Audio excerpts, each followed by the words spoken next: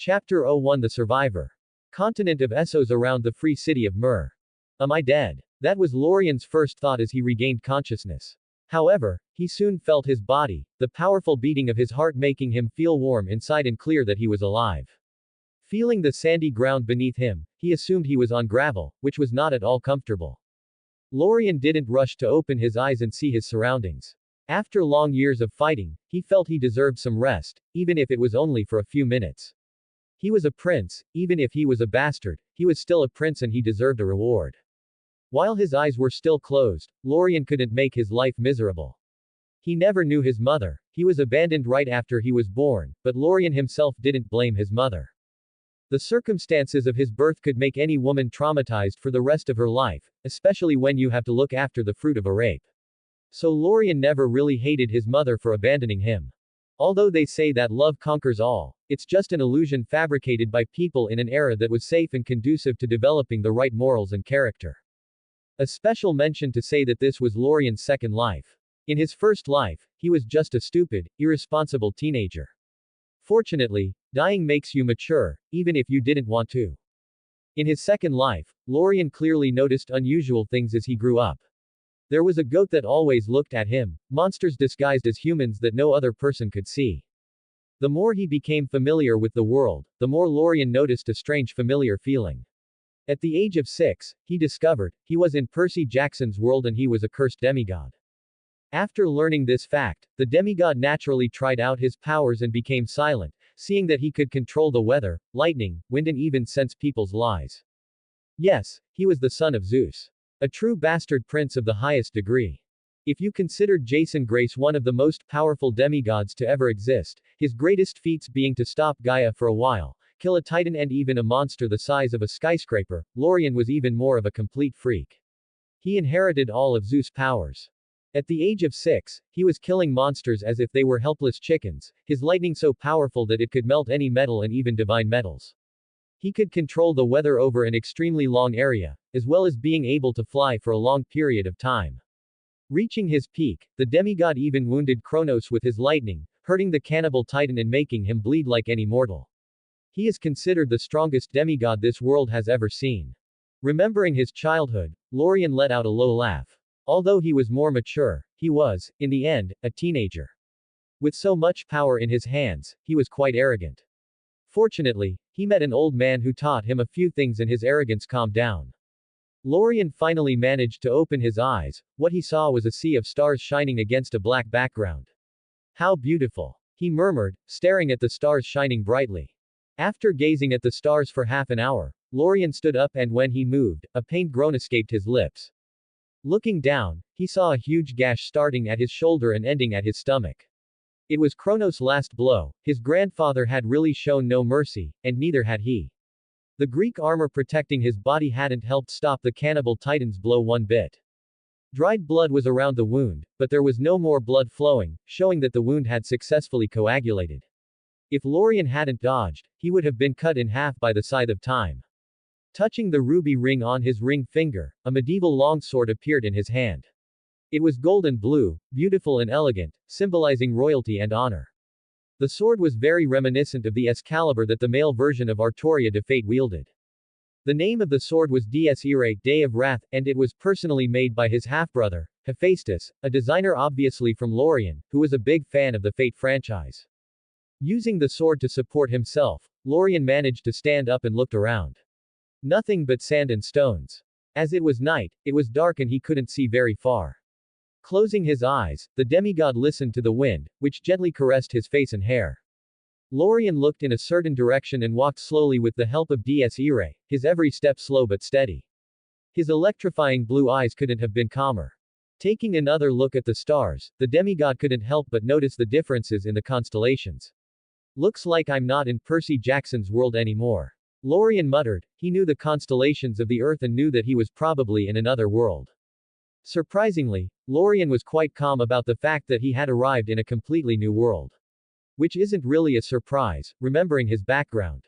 He'd fought gods, titans and monsters, so arriving in another world didn't seem so surprising. Suddenly, Lorien's eyes found sources of light not far from his location, but you could tell they were fires. Feeling that his wound was better, his sword turned back into a ring and he walked slowly and calmly towards the source of light.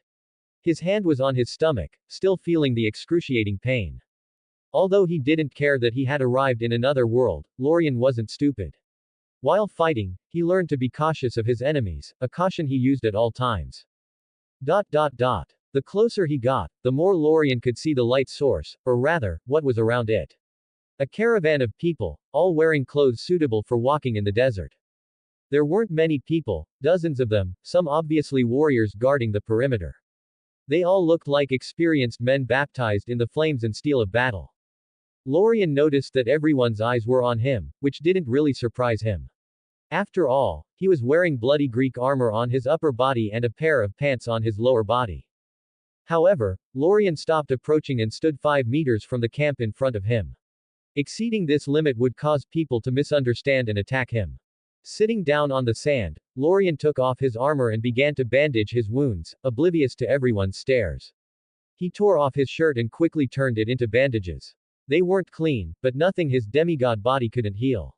Suddenly, Lorien noticed an approach and looked up to see a man with olive skin and dark hair. There was a slightly small, curved blade at his waist.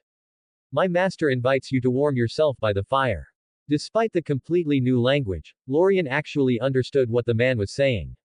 The language was a little reminiscent of a song, but very little indeed, tinged with a strong tone that he assumed was an accent. Lorien was surprised, but accepted it. In any case, although he was wounded, an ordinary human could pose no threat to him. After all, although injured, he could summon lightning from the sky and turn someone into a fried babada without any difficulty. Getting up with a little difficulty, he walked over to the caravan. Looking at the olive-skinned, black-haired man of the apparent leader of the caravan, Lorien assumed that it was a racial characteristic of this country, because apart from 3 people, the rest had the same features. "Thank you for sharing your fire." Lorien was a very direct man, he hated wasting time. Perhaps it was a habit he had developed over the years living in a world of gods and monsters, but he preferred to spend his time training, something he had never had the determination or even the courage to achieve in his past life. The merchant smiled, his face lit up by the flickering flames of the campfire. He threw a piece of wood into the flames and replied in a rather lazy tone, "Helping someone lost is a good deed. R'hllor will praise me for my actions and perhaps I will enter his so-called paradise of flames and life." Lorien's eyes narrowed at the mention of the deity. The name was familiar, he tried to remember where this familiarity came from. His memory was something he prided himself on and he soon found the answer. Lorien couldn't help but be surprised to learn that he had arrived in this world of conspiracies, assassinations, wars and dragons. Although it wasn't as dangerous as the second world he had lived in, it wasn't without its dangers either. This world was full of traces of gods, especially the red god of Planetos. It might seem like a mere coincidence to meet a believer of R'hllor, but Lorien had learned that there were no coincidences when a god was involved. He had learned that from the 3 annoying old women. "I hope so, we all deserve peace after a lifetime of fighting and wars." Lorien commented in a calm tone as she continued to cover his wound with the makeshift bandages. The merchant's eyes lit up at Lorien's words. The 13-year-old boy in front of him was a true warrior, not one without experience, but a monster forged on the battlefield. This could be seen by the countless scars on his body, showing that life had not been kind to him even at such a young age. Peace. What a hard word to find in this world. The merchant said with a smile, turning his gaze back to the flames.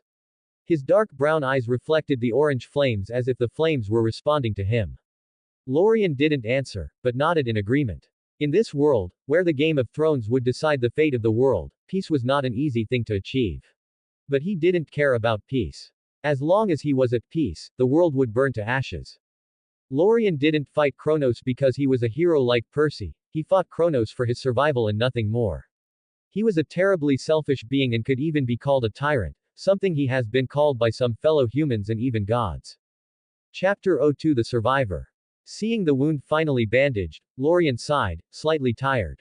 He wanted a bed to sleep in, but with the possible dangers around, he knew he would have to stay awake for a few days. "Have something to eat, friend from afar," the merchant said, handing over a wooden bowl containing steaming soup. There was no meat in the soup, but it was enough to warm the body on this cold continent at night and hot during the day. "Thank you." Lorien spoke and accepted the soup, he really was hungry. Raising the bowl to his lips, he drank slowly because of the heat, but narrowed his eyes with pleasure at the greasy but surprisingly tasty taste. I see you've been wounded, could it be the Dothraki? The merchant asked, looking at the armor consisting of just a torso, apparently made of bronze. It was a style of armor he had never seen before in his life. The whole armor looked like the torso of a thoroughly trained man. No. Something worse, much worse. Lorien replied with a calm tone, showing a slightly murderous look. However, that look was enough to make the surrounding temperature drop even lower. Even the flames became weaker. The merchant narrowed his eyes at this and smiled even more brightly. Although he had the suspicion, he hadn't expected to see such a young and experienced bronze-level warrior. The boy was of noble birth, not because of his extraordinary appearance, but because of his speech, gestures and posture. Only someone of noble birth could behave in such a courteous and polite manner. Olsen of Mur. The merchant introduced himself with an inviting and polite look. Warriors were respected everywhere in the world. After all, they were humans who managed to transcend human limits through warrior breathing techniques. Lorien, just Lorien. Looking at the merchant's suddenly excited appearance, Lorien didn't show much surprise. Although he didn't know what the merchant was thinking, he could see that it was something good for him. Are you from Westeros, sir? Olsen asked with a smile. Making friends with a warrior could help him in many ways. No one would offend a warrior's friend for the sake of a little profit. Lorien noticed that when Olsen mentioned Westeros, a three-woman not far from him glanced discreetly at them. Lorien glimpsed a hint of purple in her eyes, but only for a few moments, before the woman turned her face away. No, a much more distant place. Lorien replied, wiping his mouth with his arm and putting the armor back on his body. He looked at the merchant and understood that Olsen was trying to find out his origins, but he didn't care. It's incredible that you've traveled so far. Even if you're a bronze warrior, a journey like that is extremely dangerous. Olsen said in a calm tone, looking at Lorien with a genuine look of admiration. Lorien couldn't help but notice the term, bronze-level warrior. From Olsen's words it sounded like more than a title. Based on the information the merchant revealed, there were possibly silver and gold-level warriors. It seems that this is not a normal, different world from the one I know. Lorien thought with a calm and an expressive expression, as if agreeing with Olsen's words. Perhaps because he was the son of Greece's greatest bastard, he was someone very intelligent.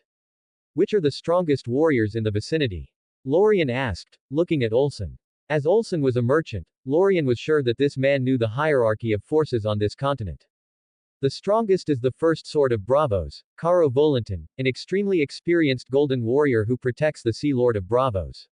A man capable of fighting 10,000 fully armed men. Olsen replied with familiarity. As Lorien had thought, if a merchant didn't know the forces around him, he wouldn't last a month alive. Offending people often led to premature deaths. The Call of the Khalasar are all silver warriors, capable of fighting 1,000 fully armed men. In the free cities, only a few people are silver warriors, most are bronze warriors and powerless against the Dothraki. Lorien's nerves relaxed, hearing his words. Although the golden warriors were strong, capable of fighting 10,000 fully armed men, but to him, they posed no danger. Lorien listened carefully to the forces of the 9 free cities, other organizations and the slave cities of Slave Bay. With this information, a whole new world appeared in his mind. Bronze warriors, silver warriors, golden warriors, warrior breathing techniques and lineage. Lorien absorbed Olsen's knowledge very easily. First of all, the merchant wanted to make friends, so it wasn't difficult to get this information. From what Lorien understood, people had ancestral lineages, and based on these lineages the breathing techniques emerged, which used lineage as a tool to strengthen the human body. The level of lineage determined the level of power a warrior would reach, but there was always a small possibility that the lineage would mutate and advance to a higher level. Lorien, can you protect my caravan until we reach Mur? I'll pay twice the market price for your services. Olsen proposed with a tone full of expectation. Lorien didn't respond immediately. Olsen was a merchant and merchants want profits. The more generous the man was, the more it showed that the danger he was facing was serious. Don't you have warriors to protect you? Lorien asked confusedly, looking at the guards holding swords and wearing leather armor. They're only apprentice warriors, they're still far from being bronze warriors. Olsen said with a helpless tone. If it were that easy to become a bronze warrior, the world would be full of them, but unfortunately, it was very difficult to become a bronze warrior. Even the talented ones took 5 to 10 years. The less talented would train for decades and never be able to become a bronze warrior. Although it had to do with lineage, but untalented people were difficult to strengthen. Silver warriors were even more difficult. All the silver warriors he knew from rumors were around 30 to 40 years old. That's the talented ones. He even met a silver warrior who was 80 years old, showing how difficult it was for a warrior to break through to another realm. Lorien nodded, apparently guessing that becoming a warrior through breathing techniques was difficult and required talent, lineage. After a while in silence, he looked at Olsen and nodded, making the merchant smile. Only the merchant knew how nervous he was at that moment, because he had offended a famous leader of a group of sand thieves who operated near Mur, Tiroshan Li. The leader of the thieves was a bronze warrior accompanied by a dozen apprentice warriors and hundreds of ordinary humans, nothing to the free cities, but a huge force for a small merchant like Olsen. Lorien didn't care about a small bronze warrior, even if he was seriously injured, it wasn't something a human could take on. It may sound arrogant, but it was a fact he had learned from fighting titans and even Chornos, the Cannibal Titan. Tell me a story about your homeland, Lorien. Olsen threw some dry twigs on the fire and asked with a smile. As a merchant, he liked to learn about new places. Lorien didn't refuse the request and thought for a moment before talking about the relationship between Gaia and Uranus. At the beginning of time there was a goddess called Gaia, the primordial goddess of the earth. Feeling alone and lonely, she put her hands together and picked up a piece of land in the dark vastness of space. Lorien spoke calmly, but his voice drew the attention of everyone present. He didn't care if these people knew what space was or any unfamiliar terms. The goddess gathered more and more pieces of earth together until she had created a huge spherical mass of earth. It was a planet, orbiting around a bright, warm star. But the planet had no life, forest, rivers or even water. So, feeling even lonelier, she gave birth to a son by herself. This one was called Uranos, the personification of heaven. Naturally, she took her son as her husband and mated with him, giving birth to the primordial gods, such as Oceanus, the sea that surrounds the world. More and more children were born from the union of heaven and earth, the mountains, forests and rivers. The world finally had life.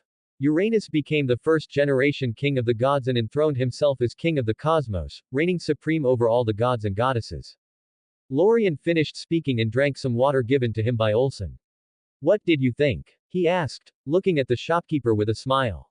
Exotic. Olsen said with a smile. A goddess who didn't need a man to have children and marry her own son is certainly something you don't hear every day. Gods don't need to respect human logic, they are irrational beings and at the same time, full of desires and selfishness, just like us humans. Lorien replied with a laugh, remembering his father and his bad reputation. Certainly, gods don't respect the laws of men. Olsen showed a pious expression full of reverence for his god. Lorien nodded. Gods really didn't care about the laws of men. After all, would you respect the laws of ants who have always worshipped you? Chapter 03 The Survivor. When dawn came, the moon was at its zenith, illuminating the world with its soft moonlight. Lorien's closed eyes slowly opened, revealing eyes so blue they could hypnotize people. He stood up and the Dies Irae sword appeared in his hand, the broadsword enameled in blue and gold, it seemed to glow even in the dark. It was the sword of a king, the symbol of hope for his allies and the symbol of power against his enemies. The guards noticed Lorien's movements and all stood up with blades in hand, their black eyes staring at their surroundings with a sharp, penetrating gaze. They didn't doubt the bronze warrior's senses one bit. Olsen also woke up. He was surprised to see the sword in Lorien's hand, but soon put those thoughts aside and pulled out a sword. The other people who were using the caravan to travel more safely also drew swords. No one was foolish enough to travel long distances without any weapons. It's a big group, all riding horses, but it doesn't look like a trained army. Lorien's words made Olsen narrow his eyes. He looked at the boy with a calm expression and said in an equally calm tone, "It's the sand thieves." Lorien nodded and didn't have to wait long to spot the enemy, not when they were all on horses and holding torches to light their way. Honestly, it was silly, but not everyone could see in the dark. The group of thieves finally arrived in front of the caravan. Under the illumination of the surrounding torches, Lorien could see that there were hundreds of them. The leader was in the front line, riding the most majestic horse. He was a middle-aged man, wearing robes that covered his entire body, including his head, leaving only his eyes visible. Lorien realized he was a middle-aged man because of the wrinkles at the corner of his eyes. He looked tall and muscular, almost 6 feet tall, had a curved saber in his hand while his pearl-black eyes seemed to be camouflaged by the gloomy surroundings. Olsen, you killed my little brother. The thief's voice was hoarse but powerful.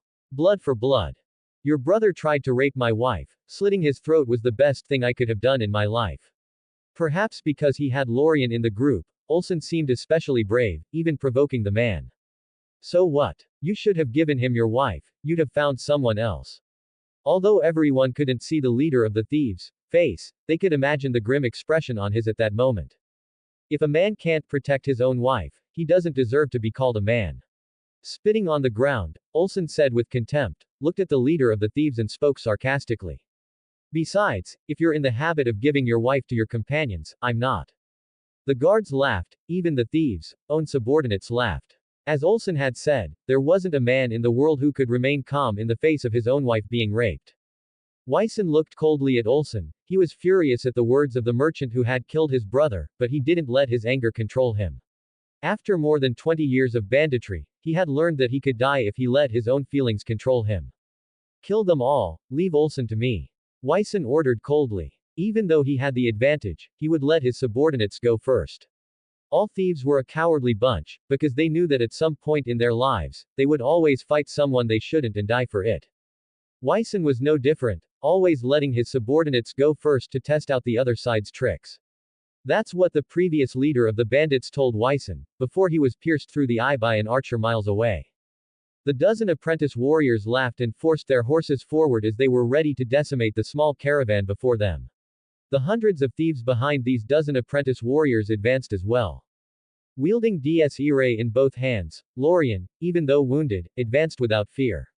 His figure was nothing more than a blue, electric flash, barely visible in people's eyes. He was using Dickie's powers of electricity to speed up his movements. With a flick of his hand, the first of the apprentice warriors was cut in half. The Greek demigod avoided the horse, as he thought horses were beautiful creatures and didn't deserve the fate of such an undignified death. He was used to seeing people die, but he wasn't used to seeing horses die. The warrior, who had been cut in half, didn't even notice that he had been cut in half, the savage grin still on his face when the upper half of his body slipped to the side and the horse fell. A second later, the warrior's eyes widened, finally realizing something was wrong.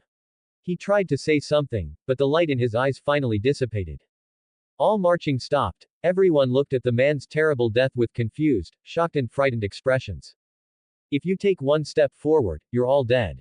Lorien shook the fresh blood on his sword and said with a calm, indifferent tone, as if he felt nothing when he cut a human life in half. Golden warrior. Wyson exclaimed, making the atmosphere even quieter. He had seen Garrick the Lucky, the protector of Myr, training to impress women and knew the strength of a silver warrior. But in the case of Lorien, he didn't even see the shadow of the man moving. In his vision, Lorien was just an extremely fast blue ray. And the release of energy was something only Golden Knights could do. The Golden Warriors had surpassed the human limit and were already able to use their lineage to bless themselves and their weapons, even depending on the element. Bronze and Silver Warriors didn't have this privilege and relied solely on their frightening physical strength. Wyson showed a look of fear. He stepped forward and said with a respectful tone. My lord, I have a grudge against this cunning and cruel merchant. If it's money you want, I can give you double, no. Triple gold. Wyson wanted to curse Olsen's luck for finding a golden warrior at this moment. At the same time, he wondered if he was unlucky to meet such an enemy, and especially one so young, showing his extraordinary origin. The dirty talking about the bad. Lorien said with a calm tone. His striking blue eyes seemed to pierce Wyson's soul, glimpsing his sin-filled, corrupt and filthy soul. Zeus was considered the god of justice for judging the gods, so he had an ability related to judgment and seeing the sins of other beings, something that he, as the son of the king of the gods, had inherited. And Wyson's soul was dyed black and red, showing the great amount of sins he had committed over so many years. If Hades saw a man like this, he would send him to eternal torture in Tartarus. Olsen did have sins, but who didn't? Even saints lied, let alone mere humans. So, although Olsen was indeed a sinner, he was only a small sinner, whereas the man in front of him was truly worthy of being thrown into Tartarus. I'll raise the price, Lorien. Afraid that Lorien would accept, Olsen shouted with an excited look in his eye. He had never expected Lorien to be a golden warrior.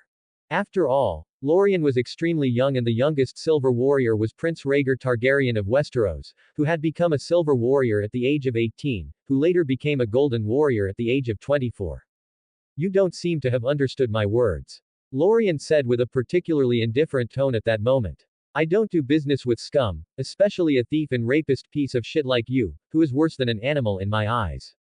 If there was one thing he hated in the world, it was rapists, including his own father. He despised, disdained and was disgusted by people calling him the son of Zeus. Lorien's words stopped all sound around them, even the horses fell silent, everyone looked at the immature but powerful back with a sense of security they had never felt before in their lives. They had all heard about the history of legendary heroes, but it was really the first time they had seen one. Lorien's appearance only satisfied people's imagination of what heroes were like. Fall back. Wyson didn't hesitate to give the order, he felt that if he continued this battle, he would die. Being a coward like all the thieves in the world, he slapped his horse and quickly turned around. Lorien had a cold look on his face as he saw the leader of the bandits fleeing, how could he allow Wyson to escape? Making electricity run through his body again, the Greek demigod killed all the apprentice warriors in less than a minute and then advanced towards Wyson. The rest of the bandits was something Olsen could handle without a problem. Seeing the sound of screams and battle behind him, Wyson was relieved, as he felt that his subordinates would be enough to buy him time to escape from that monster in human form. However, just as Wyson was full of hope of escaping, he felt the collar of his clothes being grabbed. One moment he was on the horse and the next he was on the ground, staring into the most beautiful eyes he had ever seen, as well as the scariest eyes he had ever seen in his life. No. Please. I beg you. I can give you all my wealth, thousands of golden coins. Wyson didn't want to die, he had a lifetime ahead of him, his ambition to become the greatest thief in Essos was nowhere near being realized. No. Lorien seemed to hear something funny, as he laughed and looked at Wyson with an even colder gaze. Do you, a rapist, know what no means? Does that word exist in your bestial mind? Lorien asked with a terribly cold tone.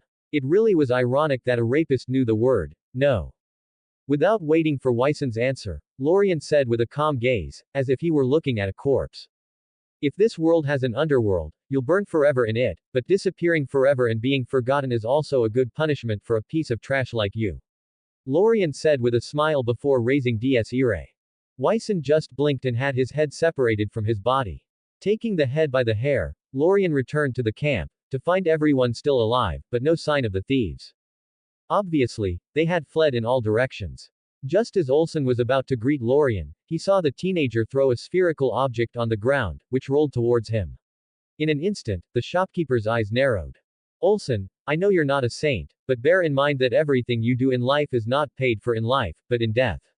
Karma is a spiteful woman and fate is three cold, indifferent old women. Lorien spoke with a calm tone.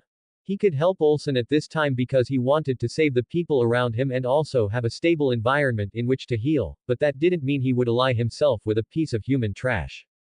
Olsen had sins, but none worthy of the death penalty, showing that Olsen was still a good man. But the overriding sin of all traders was greed. Everyone would do anything to make more profit, whether it was selling slaves or even destroying villages and making slaves of the inhabitants. Olsen naturally understood the threat in Lorien's words, but he didn't care. He was originally a good man and didn't like complicating his life. Although he wasn't a saint, he wasn't a demon either. Although it was impossible for him to be a hero like Lorien, everyone wanted to be friends with this kind of honorable person. Chapter 04 The Survivor.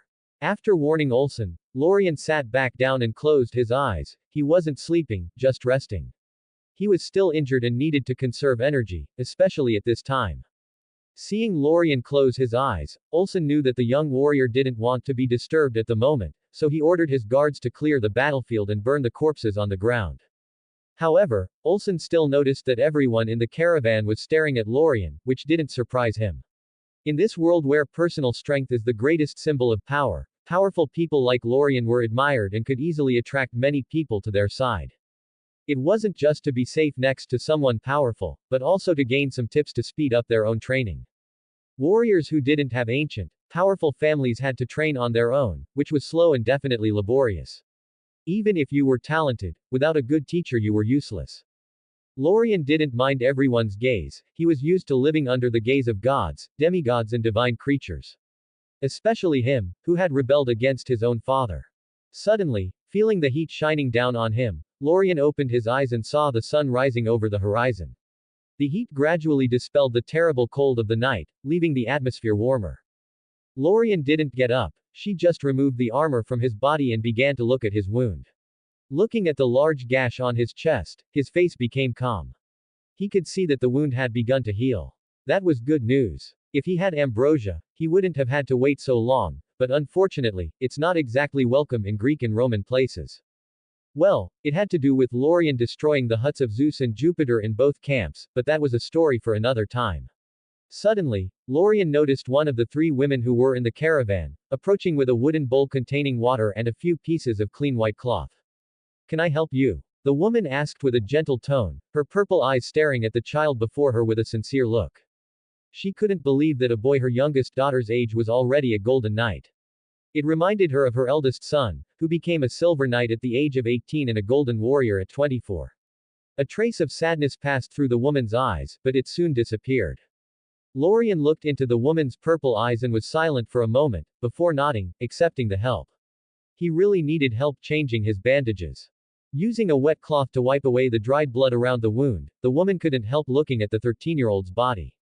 There wasn't a scrap of skin intact, either on the front or back of his body. Some scars she recognized as arrows, spears, swords and daggers. Other scars were obviously from some animals, but seeing the size of the scars, especially the huge bite on his shoulder, she prayed that she would never encounter such a large monster. However, the most recent wound that caught her eye seemed to have been made by a huge, curved blade, like an enormous scythe. The woman couldn't help but admire the young man. Although he was young, he was terrifyingly experienced and powerful. You're a warrior, Lorien said, feeling the control of strength in the woman's hands. He looked at her with a touch of curiosity. From what he had learned from Olsen, all warrior breathing techniques were the possession of powerful noble families around the world. After all, they all had lineage and could go further than ordinary people. From what he had learned from Olsen, all warrior breathing techniques were the possession of powerful noble families around the world. After all, they all had lineage and could go further than ordinary people. Although there were a few lucky ones who obtained breathing techniques and could activate their lineage through training. Of course, if you joined a group of mercenaries you could gain a breathing technique. The woman was surprised for a moment, but nodded, although she was confused as to how the boy had discovered this, as she felt she wasn't really making any effort. As if reading her thoughts, Lorien laughed and said with a slightly amused tone.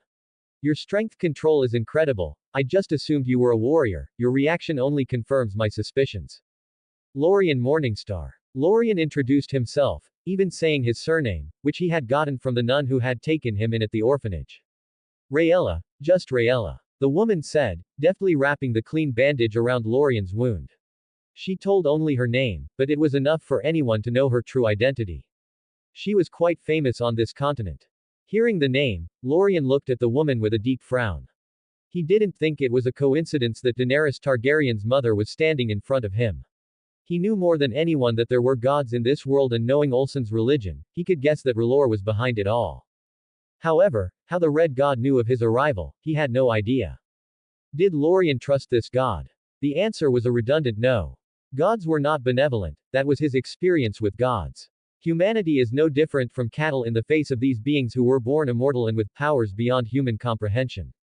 Raella looked into the boy's incredibly blue eyes and smiled, knowing that the boy had probably guessed her identity, but she didn't care. As a queen, having the slightest discernment of people was a basic skill. Everyone wants to get close to the royal family, so the members of House Targaryen needed to differentiate between sycophants and loyal subjects.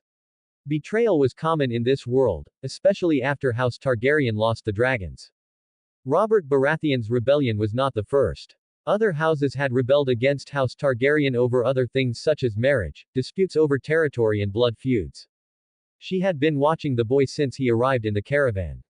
His noble origin was obvious, along with his extraordinary strength, she could imagine that he was from some powerful noble house. However, it was his actions that drew Raella closer to the 13-year-old. His words during the robbers' attack still echoed in her mind.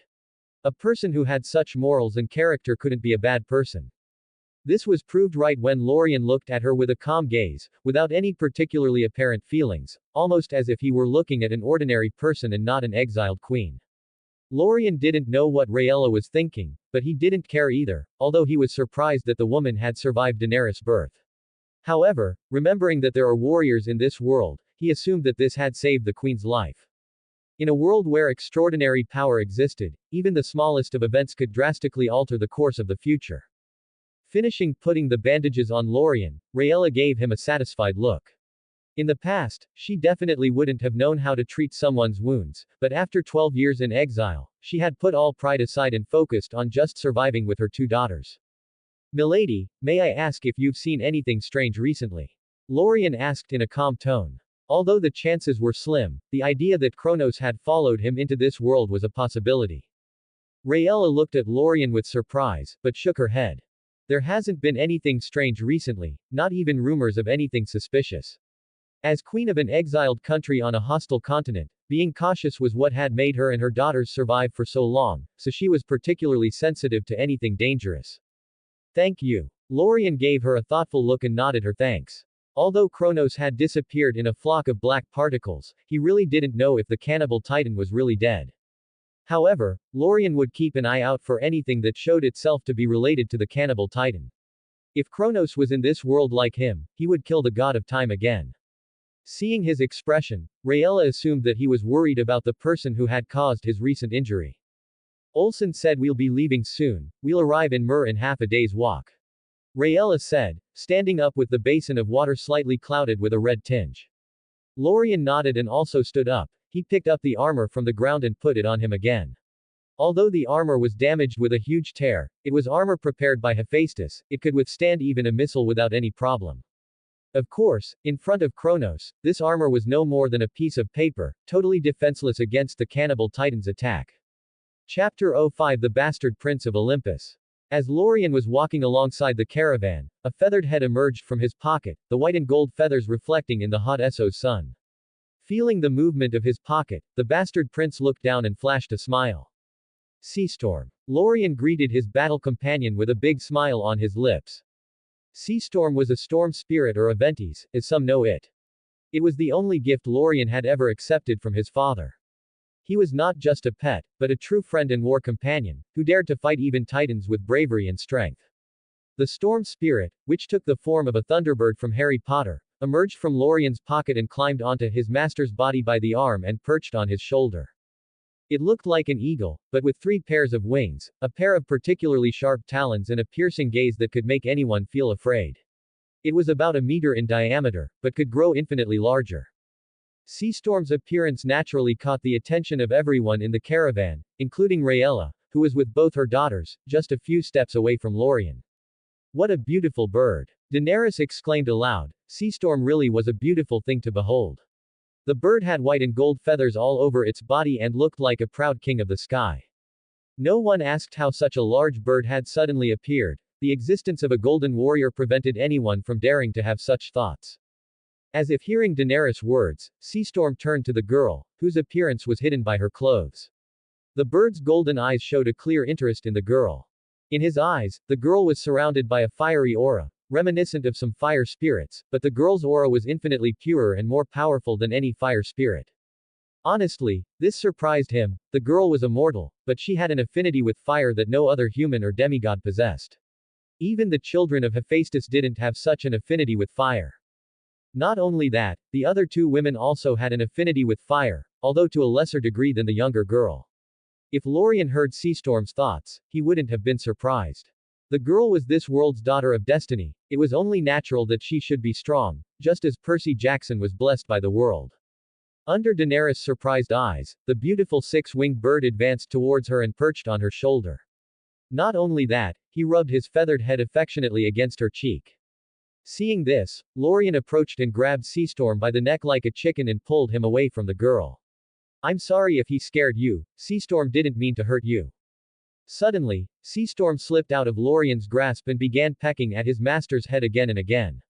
You stupid bird, I'm going to cook you in a cauldron. Lorien shouted as he defended himself against the storm spirit's relentless pecking.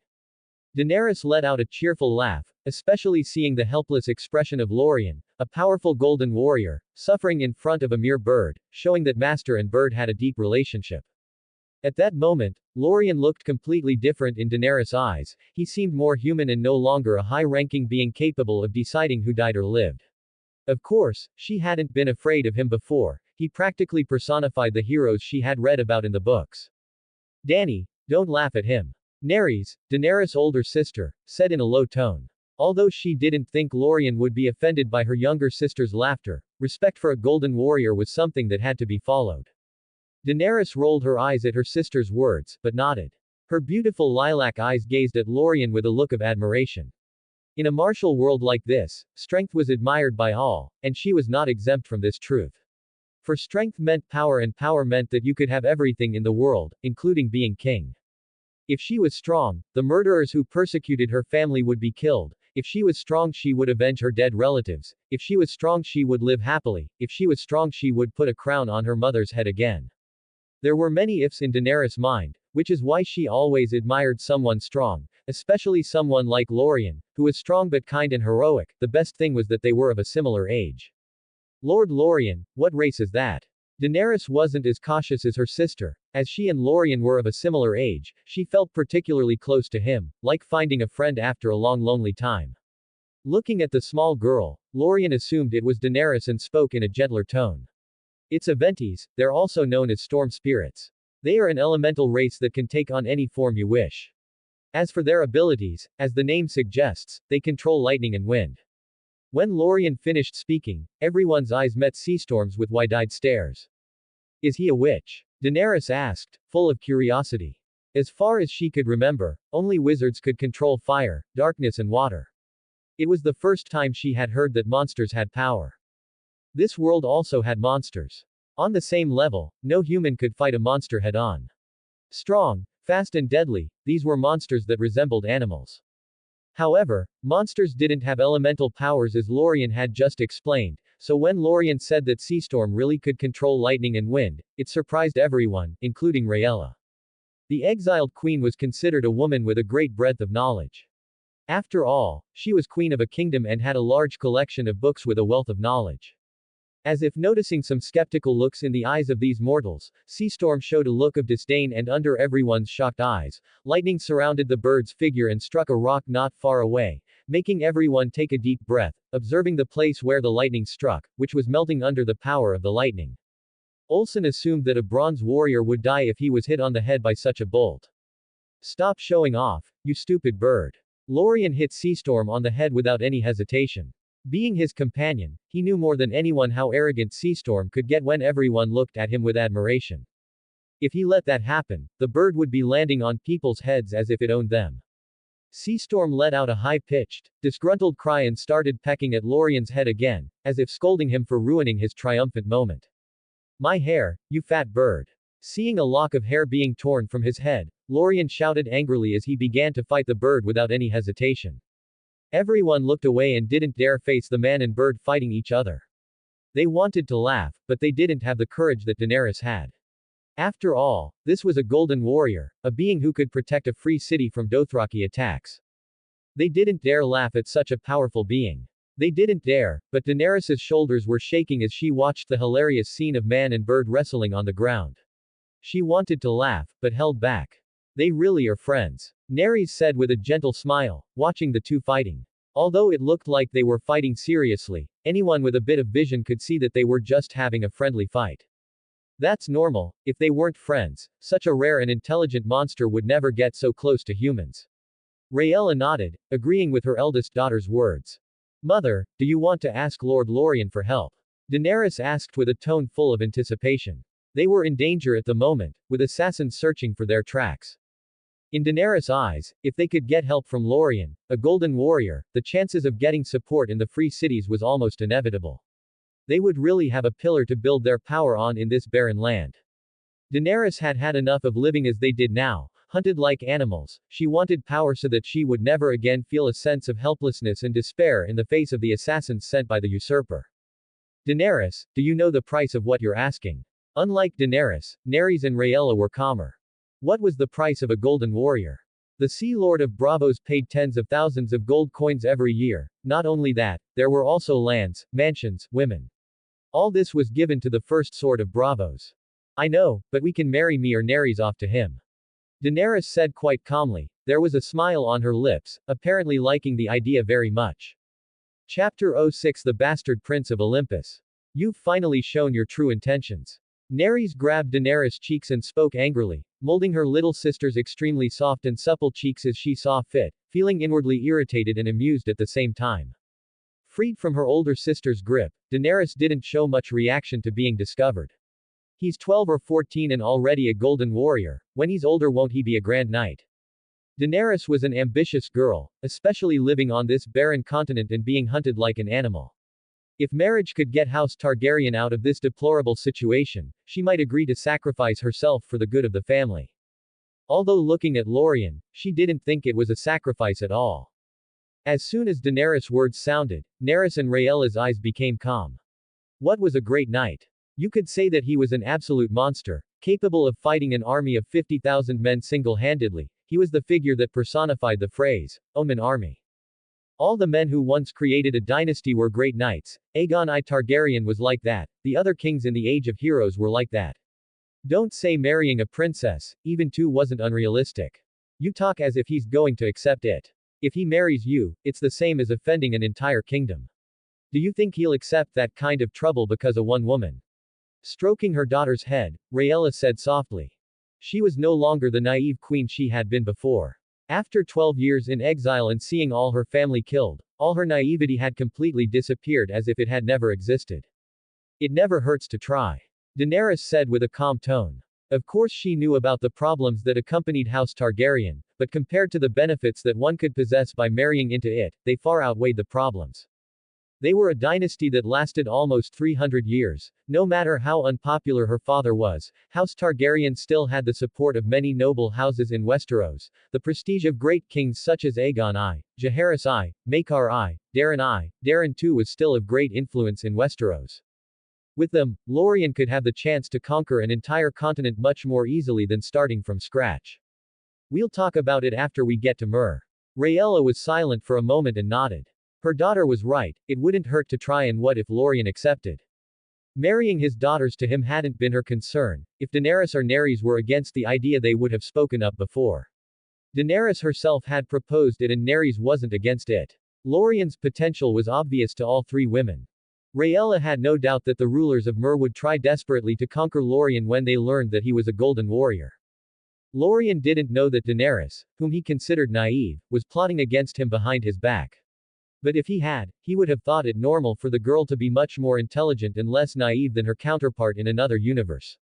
With their mother to teach them, Daenerys and Nerys were definitely not novices when it came to politics. After all, they were three women with extraordinary lineages on a dangerous continent like Essos. If they didn't know how to survive on this continent, they would have already been killed or worse, trapped somewhere with a fate worse than death. Lord Lorien, I have a relatively simple mansion in Myr. I hope you will do me the honor of preparing a feast for my savior. Olsen approached Lorien and said with a gentle, fawning smile on his face. Lorien, who had Seastorm on his shoulders, looked at the merchant and immediately knew what he wanted to do. Tell everyone that he was friends with a possible golden warrior. I like fried chicken. But, knowing this, Lorien didn't refuse and nodded with a smile. He had nothing in this world, he needed to put down roots in this new world. As for going back to the previous world, it had never crossed his mind. Although he was powerful in Percy Jackson's world, in the end he was just a demigod. There were countless ways he could be killed or manipulated. He wasn't arrogant enough to think that he could be immune to the manipulations of beings like Gaia or the Parkas. Hazel, who was the daughter of Hades and an extremely powerful demigod, was influenced, manipulated and ultimately died, because of Gaia. Although he was stronger than Hazel, he was not immune to Gaia's influence. So instead of staying in a world where trouble would always come to him, it was better for him to stay in this world. And although this world was dangerous, it was nowhere near as dangerous as the world of Percy Jackson. At least the gods in this world were indifferent and didn't walk in the mortal world. Only R'hllor who got involved a lot, but he was less of a danger.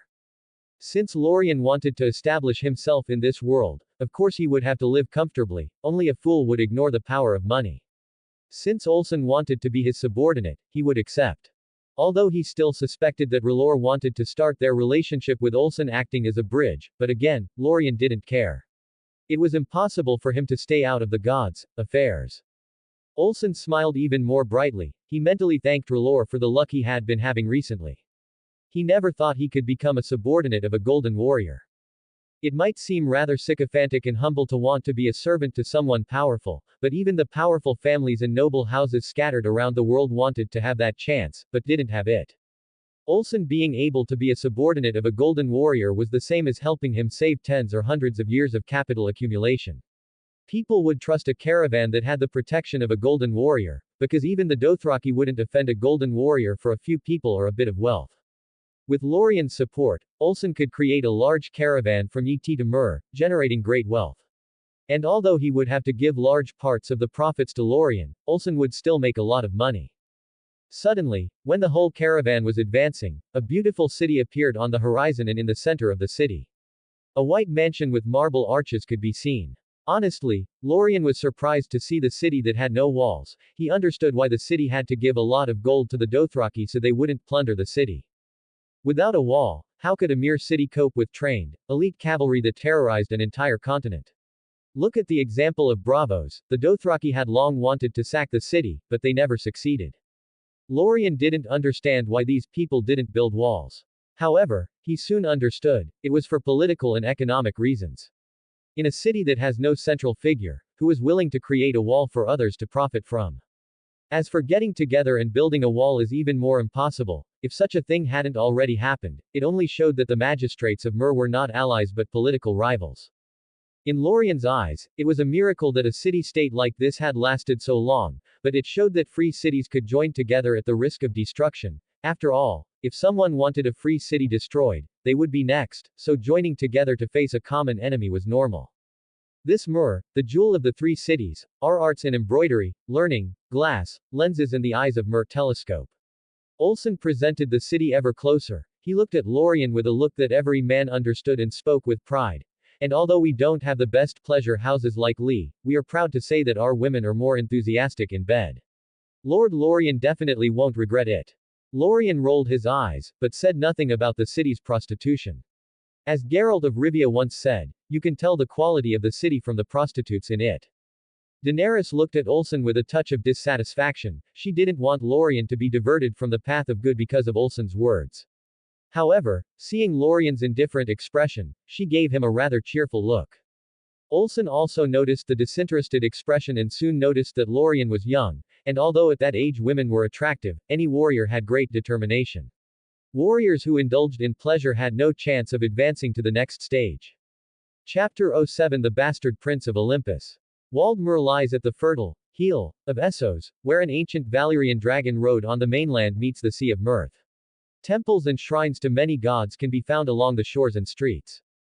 The whole city seemed to have been designed meticulously, each house looked beautiful and the same as the next. At least in this part of the wealthy city, the people dressed well and seemed well nourished. As for the outskirts, Lorien could imagine that it was a completely different scenario. After all, where there is an accumulation of wealth, there is also an accumulation of poverty. The main law of capitalism is always to profit from someone's work or loss. Without the hundreds of thousands of children working in factories in the 19th century, the emerging capitalists could never have taken the first step to wealth. With Olsen leading the way, a mansion could soon be seen in front of the group. Of course, apart from the guards, Daenerys, Nerys and Rhaella, everyone else had already scattered. They had only come with the caravan to get to Myr. Now that the journey was a success, they paid Olsen and left. The slaves took the horses to the stables, other slaves took the goods out of the carriages and started organizing the goods together with a clerk, who recorded all the goods based on price and the wealth gained during the months of travel. Meanwhile, Lorien was already in the bath accompanied by some women with tattoos on their bodies, obviously slaves. They were all practically naked with only a thin transparent robe over their bodies. From this, Lorien knew that Olsen really knew how to have fun in his spare time, but in a world where there was almost no entertainment, sex was really the only thing that could make the time pass in a hurry. Rinsing his face in the water of the white marble pool, Lorien looked down. In the rippling reflection, he saw a young man of 14 with handsome facial features, striking and sharp. Electrifying blue eyes and medium platinum blonde hair with slightly curly ends. Like his brother and sister, Jason and Talia, Lorien was equally beautiful, inhumanly beautiful. What could be seen from the eyes of the surrounding slave girls, even the descendants of Valyria could hardly compare to Lorien's beauty. You can leave, I want to be alone. Looking at the women around him, almost ready to devour him, Lorien rolled his eyes and said with a lazy, relaxed tone. The women showed disappointed expressions, but they all left the bathroom without commenting. Lorien didn't mind and rested his head on the marble behind him and let out a relaxed sigh. He was really tired. Not only had he fought Chornos, but he also had to stay awake, even if he was exhausted. Looking down, Lorien frowned heavily. He sensed that his wound wasn't sacrificing itself as quickly as he had hoped, showing that Chronos' time power was slowing down his recovery. However, without Chronos, this power couldn't last as long and wouldn't affect Lorien, because even without being able to heal the wound, it wouldn't have an impact on his power. Which was good news. Leaving the marble pool, Lorien stepped onto the steps with a wet body and soon found a luxurious purple robe not far away, apparently left for Lorien at Olsen's behest.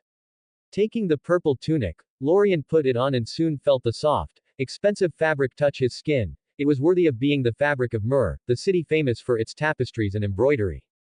As long as you had money, you could live as comfortably as a king, although without even 1% of a king's power. Leaving the bathroom while drying his hair, Lorien soon found a slave waiting for him. My lord, Master Olsen asked me to bring you to eat in the garden. The olive-skinned, black-haired woman spoke with a respectful tone. Lorien's strength had already spread through the mansion because of the guards, and it wouldn't be long before the whole city knew about the existence of a golden warrior. After all, there was nothing more glorious than fighting alongside great men. These guards would brag to their friends, who would in turn spread the word to their own friends and so on. Lorien didn't like seeing such a submissive side to people. He wasn't a stupid idealist, having faced cruel reality from a very early age in his two lives, so he knew the difference between rich and poor, but he didn't like the concept of slaves. Everyone should be free, it was the only right every human should have. Of course, but he also knew that without masters, these slaves would die of hunger, thirst, or even heat without work and roofs over their heads. Shaking his head, Lorien put these complex thoughts aside and walked alongside the woman. The woman tried to walk behind him, but never succeeded, as he always kept pace with her. Lorien quickly reached the garden and saw a marble dome in the middle of the garden, where Olsen and 3 other women could be seen eating. Clearly, Olsen knew the identity of the women from House Targaryen, and like a good merchant, he treated the 3 women well. No one knew if the Targaryen dynasty could be re-established. It cost almost nothing to treat the queen and princesses well in exchange for an illusory favor. With Lorien's arrival, everyone's eyes turned to him. Seeing his tall figure despite his age and naturally noble aura, especially in a purple tunic, everyone's eyes lit up. The world was based on appearances, looking good made people's lives a lot easier. Lorien benefited even more from this feudal and false world, because he really did look like a true prince from head to toe. Every part of him, gesture and speech showed that he was highly educated. Sitting in front of everyone, Lorien didn't mind his stares. Believe me, he was used to being the center of attention. Pouring himself a glass of juice, he sipped it slowly while looking at the 3 women in front of him. And he had to admit, George Martin was a man of high culture for creating such beautiful creatures. Of course, he also thanked God for creating women, without whom men would be incomplete. It seems you already knew their identities. Lorien commented with a smile, looking at Olsen with a provocative gaze. Aren't you afraid they'll cause trouble for you? Lorien couldn't care less about the presence of assassins, but Olsen was completely different. He could easily be killed by a properly prepared assassin, let alone the professional killers hunting the Targaryen remnants. Of course I do, but with your excellency in the manor, I won't be afraid of mere assassins. Olsen said with a gentle tone and flattering words without any hesitation. There wasn't a person who didn't like compliments, at least he had never met someone so detached from society. Lorien didn't comment and looked at the 3 women, each more beautiful than the last, and spoke calmly.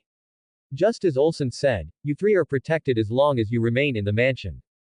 He didn't mind selling a favor to the daughter of destiny of this world. Besides, he wasn't afraid of mere assassins, even if they were the famous faceless men. The wind was his servant and lightning his weapon. Smiles appeared on the lips of Rhaella, Nerys and Daenerys. This feeling of security after a long time was quite pleasant. Not having to eat garbage or even flee from town to town every day was a gift in the eyes of the 3 women. Daenerys looked at Lorien with a cute and adorable smile. She wanted to hug Lorien to say thank you, but held back because she was next to her sister and mother. The girl's lilac eyes soon fell on the neckline of the tunic he was wearing. She didn't look at his still developing muscle lines, but at the scars on his body. Especially the most recent scar. Lord Lorien, how did you get hurt? Daenerys couldn't suppress her curiosity and asked. Everyone also looked at Lorien with curiosity, and the same went for Olsen, who was also curious. Before, when he met Lorien, he thought Lorien was just a bronze warrior wounded by the Dothraki, but after learning of the boy's strength, he knew that no Dothraki could harm a golden warrior, apart from the Call of the Khal Drogo, a golden warrior and owner of the largest khalasar in the world. But golden warriors didn't face each other under normal circumstances, as injuries were inevitable, so for a warrior to be as badly injured as Lorien was quite rare. Lorien looked at his wound and smiled sarcastically. It was my grandfather. As soon as his words rang out, everyone's eyes widened and they fell deeply silent. Chapter 08 The Bastard Prince of Olympus. Your grandfather. Daenerys' voice explained all the shock and disbelief everyone felt after hearing Lorien's answer. What grandfather would hurt such a powerful descendant so badly? To make a long story short, my father dethroned my grandfather in a coup d'état, and years later, my grandfather naturally wanted revenge and the throne back. Knowing that my grandfather is a homicidal madman and extremely paranoid, I naturally stood against him and fought, resulting in my injuries. Lorien pretty much summed up the story between Zeus and Chornos, but that's how he described it. Son fights father and father also fights son. Everyone's expressions showed only shock and disbelief. Not only at the thought of parricide, but also at Lorien's identity. A true prince, it even seemed ironic that he should find a queen and two princesses exiled on this continent. If the war has been won, isn't it natural that you should remain in the kingdom? Rhaella asked with a touch of confusion. In her eyes, since Lorien won the fight, she should be in the kingdom, not on another continent. Who says I'm legitimate? My lovely stepmother nearly killed me countless times, plus my father has a dozen sons and daughters even more powerful than me. Lorien said sarcastically, he was a true divine bastard prince. With the antipathy he felt towards him father, it was more than obvious that he almost died at Hera's hands. She already didn't like her husband's bastards, now she had a legitimate reason to kill Lorien. Especially after Lorien had sculpted a statue of Hera naked, surrounded by several naked men and holding two sticks in both hands, in an extremely indecent pose and sent it to Olympus. The goddess of marriage, who already hated him, was naturally furious at the blasphemous statue. In short, his relationship with Zeus was bad, his relationship with Hera was even worse. Lorien's words only made everyone around feel numb. A dozen sons and daughters more powerful than a golden warrior. What was the concept of such a powerful royal family? How strong was Lorien's grandfather to be able to fight a dozen such powerful warriors? And how strong was Lorien's father to be able to fight such a powerful man and dethrone him? Everyone's curiosity was aroused to the maximum, but seeing Lorien's slightly gloomy expression, no one pursued the subject. Everyone in the place had high emotional intelligence, and seeing his expression, even a fool would know that he didn't want to talk about it, especially after remembering his bastard status. Your family is complicated. Rhaella had to admit, she had finally found a family more complicated than House Targaryen. However, she was also curious about everything involving Lorien. Unfortunately, seeing Lorien's expression, Rhaella held back. You should never put salt in a person's wound, it will only create an unnecessary enemy. Lorien looked at everyone and rolled his eyes. He didn't mind telling them about his life, but simply relived some unpleasant memories, which made his expression slightly somber. Lunch continued. Olsen was an excellent host and made the atmosphere light and cheerful with his sense of humor and gossip about the personal lives of the magistrates of Myr. Daenerys' laughter only made the atmosphere more comfortable.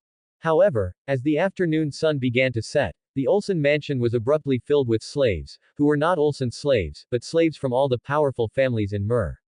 The news of the arrival of a golden warrior sent the calm city into turmoil in an instant. A golden warrior meant power and security. Apart from khalasar of Khal Drogo, no Dothraki dared set foot in Myr with such a powerful existence protecting the city. This is getting annoying. Nerys said with a helpless tone. She liked silence, especially a silence so rare without worrying about assassins. But now, because of these people, the whole mansion felt like a party hall. The heavy, hurried footsteps of Olsen's slaves could be heard even from the other side of the mansion. It's normal, it's a chance for the city to finally be protected for a long time. Just imagine how much gold the magistrates will save if they aren't blackmailed by the Dothraki. Rhaella, who was looking at the beautiful city through the window, spoke in a calm tone. Both women were sitting around a table, enjoying some wine, listening to everything that was happening in the mansion with calm, relaxed gazes. Nerys naturally knew this, but she was still slightly irritated by what was happening. Were these people blind? Even though they were envoys from these wealthy families in Myr, Lorien didn't even appear in front of these envoys, showing that he didn't want to be bothered. There was nothing more annoying than someone who couldn't take no for an answer. That kind of person was either arrogant or simply a fool who couldn't see that they were only offending the other person. Nerys, you're looking at things too superficially. Rhaella just laughed and looked at Nerys with a smile. Although she was 20, Nerys was still inexperienced in political matters. Those slaves who came to deliver invitations are just a few rich families, with no real power, just money. Rhaella began to explain with a smile. The truly powerful people sent bronze warriors to invite Lorien, because only that kind of family is worthy of starting a dialogue with a golden warrior. And they are only worthy of starting the dialogue. After listening to her mother, Nerys really felt that she was inexperienced. Yes, she had forgotten that the real power in this world was not money, but the real power, the fist. No matter how much money these families had, in front of a mere bronze warrior, their wealth was nothing. If a bronze warrior wanted to destroy such a family, it would be as easy as slaughtering a bunch of chickens. So Lorien isn't in a hurry. If he wants to gain a foothold in this city, he needs to support the city and protect it. Only then will he be able to establish himself in this city and be treated like a true king. Just by staying in the city, he'll have everything he wants: money, land and women. Rhaella said with a smile, which only strengthened her desire to get stronger. Although her talent wasn't strong, she felt that she was on the verge of becoming a silver warrior. When that happens, she will finally start building up the strength to return to Westeros with a large army. With her daughter's talent, Rhaella was sure that in another 10 or 20 years, they would both become silver warriors or even golden warriors. Although 10 or 20 years might seem a long time, for warriors who usually advanced around 60 or 70 years of age, the speed of the daughter's advancement was extremely fast. Of course, if Lorien was involved, things would get much easier. No one dared say that a 14-year-old golden warrior wouldn't be able to advance to a great warrior. With so much potential, either the Iron Bank or even any intelligent person will invest in Lorien. Where are you, Dany? Nerys asked, noticing that she hadn't seen her little sister's figure for a while, which was rare given that the three women had always stayed together for most of their lives. Probably with Lorien, Rhaella said with a calm tone, causing Nerys to show an amused look. Looks like our little girl is in love. Nerys said with a teasing tone, although she wasn't too surprised that this was happening. Her sister was in the phase of starting to like boys. Now that she had found someone who met all her requirements, it was more than normal for this to happen. In terms of proactivity, your sister is more active than you, darling. Rhaella looked at her daughter with an equally provocative smile. She couldn't help feeling slightly sad. The two little girls she had raised were already getting older. And if House Targaryen were still on the Iron Throne, Nerys, who was already 21, would have been married with children by now. Nerys couldn't help but be speechless at her mother's provocative words. Not that she didn't want to conquer Lorien, but he was so young, she felt ashamed to try to seduce a 14-year-old boy. Are you embarrassed to take the initiative because he's young? Rhaella asked, looking at Nerys with a smile. I can understand that, but do you think those families and the magistrates of Myr care? No. They don't care. Even if Lorien were a 6-year-old boy, they would have sent women to seduce him. In the face of power and security, what is shame? Rhaella commented with a sigh. In a world where power spoke louder than anything else, only interests were eternal. Even babies could be killed for their lust for power, let alone seduce a teenager who was already considered an adult at 13. Nerys knew her mother was right, it was just her shame speaking louder, but thinking of what her family would gain from Lorien marrying into House Targaryen, she put those foolish thoughts aside. Seeing this, Rhaella gave her a kind look. She wasn't selling out her daughters for power. Whether it was Daenerys or Nerys, both were willing to marry, especially Daenerys, who seemed more than proactive. Chapter 09 The Free City of Myr. At that moment, Lorien was training under the light of the surrounding torches. His sword, Day of Wrath, cut through the air with every blow. His movements were precise, fast and deadly. His footwork was also more than exceptional. All demigods had extremely high battle instincts, and could even make an inexperienced boy look like an experienced warrior for a few moments, thus achieving the feat of killing one of Hades' main subordinates. Honestly, it was a skill well suited to demigods who had to battle from an early age. Not only did Lorien have extremely high instincts, he was also someone who had always fought monsters, titans and even gods. He was experienced and not a novice without any experience. When Lorien had finished a short training session, he let out a sigh and felt relaxed. He liked training, the feeling of getting stronger was quite addictive, even if the improvement was imperceptible without long months of training.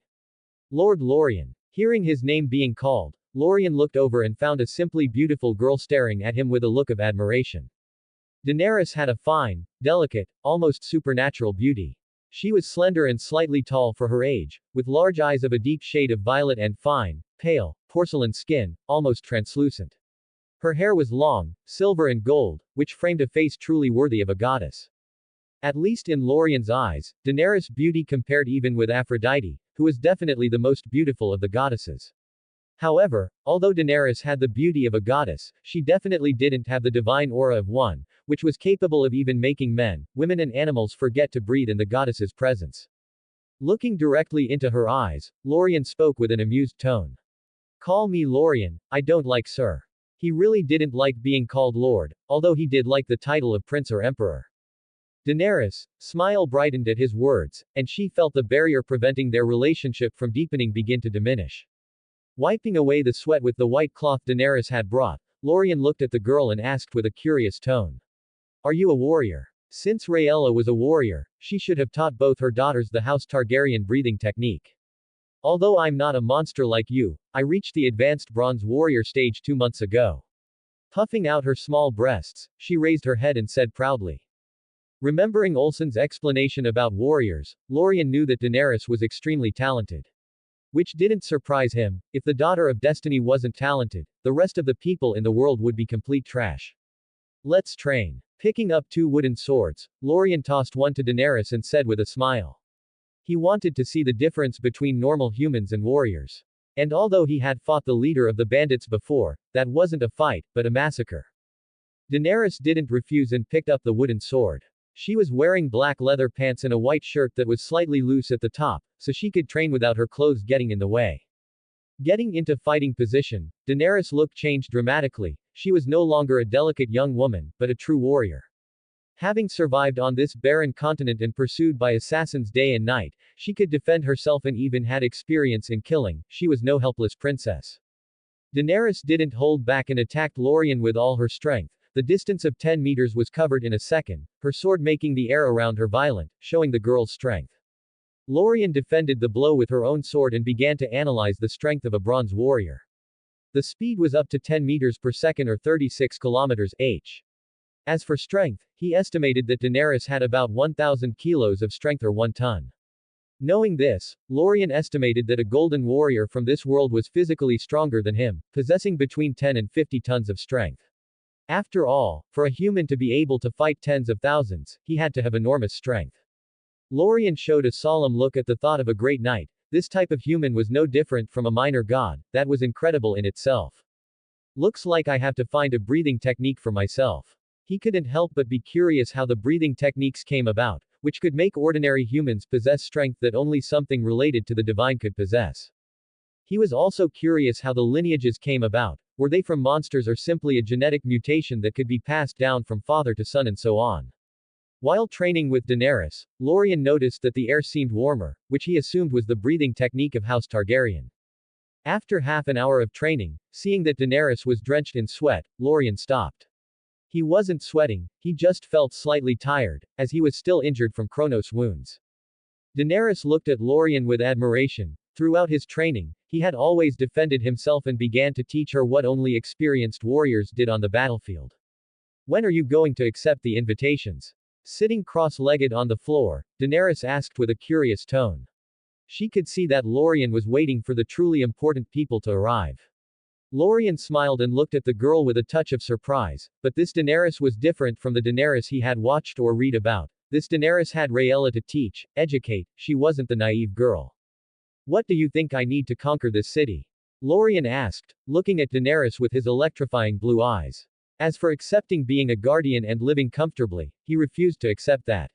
Since he had arrived in this world, it was only natural that he should fight to create a better place for himself. Daenerys, who didn't seem surprised by Lorien's question, smiled even more. Resting her chin in the palm of her hand, she said with a serious look. This isn't as easy as it sounds. Although you can kill them all in one battle, they have scorpions, weapons capable of even wounding a golden warrior. That's why the call don't dare go too far, they just take the gold, cloth and jewels and leave without hesitation. Daenerys explained in a calm tone. She, Rhaella and Nerys had been planning to create a network of allies for many years, and of course she understood the strengths and weaknesses of the free cities. Looking at Lorien who was listening seriously, Daenerys felt like a teacher and spoke with an animated smile. However, the scorpions aren't that powerful, their only disadvantage is the rate of fire. It takes about a minute between each shot, so if you dodge the first one, you can usually destroy these weapons. Of course, that's if you're a golden warrior. If you're a silver warrior, you'll simply be killed by the scorpions without a shadow of a doubt. Daenerys added with a smile. Lorien understood Daenerys' words. The scorpions were basically the city's main defense. Even if he was powerful, he could be hurt. However, that didn't worry him in the slightest. Lorien's physical strength had never been his strong point, but rather his speed and elemental manipulation. He doubted that the scorpions would be able to hit him, who controlled wind and lightning. There are two options for conquering this city. Daenerys said, raising a finger. Use force to force everyone into submission. However, this could create great resentment among the magistrates, who might band together and hire a gold-level faceless man. Lorien couldn't help but be surprised, but accepted the information naturally. As an organization that was affiliated with ancient Valyria, it was natural for such an old organization to have golden warriors. Raising her second finger, Daenerys spoke with a smile. If you show enough strength, you can create a community of interests, so by getting the support of the powerful families and the magistrates, in the future, if you go to conquer Myr, it will be much easier and without much resistance. Showing an innocent and gentle smile, Daenerys said, looking at Lorien innocently. Once they accept you, you can kill the magistrates and put trustworthy people in place. Looking at the girl who pretended to be innocent, despite her malicious and murderous words, Lorien laughed and thought that this Daenerys was much nicer than expected. No one likes an annoying virgin saint at their side, talking about sparing their enemies or even preventing them from dying. However, Daenerys' words weren't bad. Maybe it was in the blood, but Lorien felt quite excited about usurping the power of an entire city. Chapter 10 The Free City of Myr. Lorien looked at Daenerys and saw the flame of ambition burning impregnably in her eyes. The girl may have been young, but she carried a gigantic ambition capable of swallowing everything. You're ambitious and you don't hide it. Lorien said with a smile, taking a seat on the floor opposite Daenerys. Is that bad? Daenerys asked with a slightly arched eyebrow, her violet eyes staring straight into Lorien's electrifying blue eyes.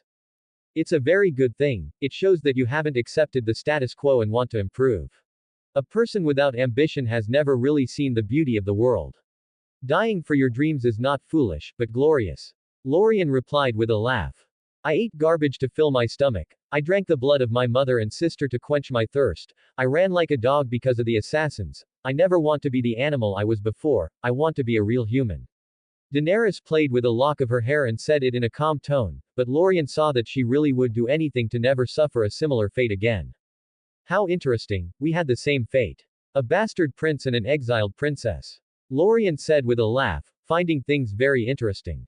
Their lives weren't exactly different. Daenerys looked at Lorien with a confused look. In her eyes, even though he was a bastard, Lorien should have his father's basic protection. My father killed my uncle's wife and tried to kill his son and daughter. When my uncle found out about my existence, he wanted revenge and sent assassins to murder me. Lorien explained with a smile. I had to flee my home and live among alleys, forests and caves while I killed the assassins he sent. Daenerys widened her eyes and looked at Lorien with a look that only someone who had suffered a similar fate could understand. Your uncle is an idiot. Daenerys said with a smile, but under her surprised eyes, Lorien shook her head and said in a calm tone. He's a good king, husband and father. Before me, he had never hurt an ordinary person, only his hatred consumed his mind. But isn't it perfectly normal for a man to want to avenge his dead wife? Can a man be considered a man if he can't even avenge his own wife? Lorien said with a sigh. The relationship between him and Hades began horribly, but after going to the underworld and talking to the Lord of the Underworld, they were both at peace. He even returned to the underworld several times to accompany his uncle. A strange father-son relationship formed between them in the end. Hades was a better father to Lorien than Zeus ever was. Even his sword was given to him by Hades and made by Hephaestus. Daenerys nodded, her eyes gazing brightly at Lorien. She really admired Lorien. In her eyes, he was a real man. She even saw Lorien respect the female slaves and servants of the manor. He never treated the slaves as objects, but as real people. Even the slave women noticed this and served Lorien with real respect and not just for orders. It just showed that he was someone who could be trusted, especially in this world where human life was nothing in the face of power and gold. You greedy little dragon. Lorien laughed, feeling Daenerys' gaze full of admiration and great ambition. The girl's intentions were as clear as day, but he liked that frankness was better than lies and secrets. Daenerys couldn't help but laugh, being called a little dragon, but as Lorien had said, she was small and very greedy. You won't find a more incredible dragon than me, she said with a very proud and cheerful tone. Just as Daenerys was about to speak, calling him a little bird because she had a bird as a pet, the dragon princess heard footsteps approaching and closed her mouth. Lorien also noticed someone approaching and saw a slave with olive skin and black eyes and hair. Lord Lorien, Master Olsen has ordered me to inform you that Garrick of Myr, the Silver Warrior, has arrived at the mansion. The woman bowed and replied in a gentle and genuinely respectful tone. Looks like the fish has taken the bait. Lorien commented with a smile. Go and tell Garrick will be there after I've had a shower. Lorien obviously wouldn't have known his guests to be dirty and sweaty after training. He was someone who liked to show the best image of himself to others. It may sound futile and extremely stupid, but one's first impression began with appearances. A good outfit could make even an ordinary-looking man look handsome and earn respect from others. That's what the human race was, futile, but a necessary futility for those who wanted to reach high levels in life. Only a billionaire had the right to dress discreetly and be respected. I'm leaving, you have business to do. Daenerys stood up and dusted off her leather pants. Giving Lorien a laugh, she turned and left the training ground. Lorien rolled his eyes and walked towards his room, ready to shower and get dressed. In the mansion's dining room, Olsen was chatting with the Silver Warrior of Myr, their laughter filling the room. Garrick gave the merchant a deep look and laughed at Olsen's joke. This kind of merchant should never come near him, but by chance of fate, he was allowed to sit at the same table as him. Of course, their conversation was just for fun. Garrick was analyzing Olsen's words in search of useful information, but found himself unable to get any information out of the merchant's mouth. Garrick had to admit, the man had the talent to be a born politician, cunning and careful with his words. The most terrible thing was that he spoke what he wanted to hear, be it flattery or even some exotic news. This showed that the merchant was someone with great emotional intelligence. This type of person was the one Garrick hated talking to the most, because he felt that the control he had over people didn't work on this type of person. And for someone who was proud, arrogant and full of disdain for ordinary people, it was extremely uncomfortable. If it hadn't been for the three magistrates promising him large amounts of gold, he wouldn't even have set foot in this poor mansion. Suddenly, the doors opening were heard, which made Garrick's face turn solemn. With his extremely acute senses, he didn't even detect any sound. This was terrible, as he could be attacked and not even notice where the attack came from. Turning his head, Garrick saw an extremely young teenager. Although he knew that the Golden Warrior was young, seeing his youth in person shocked him to the core.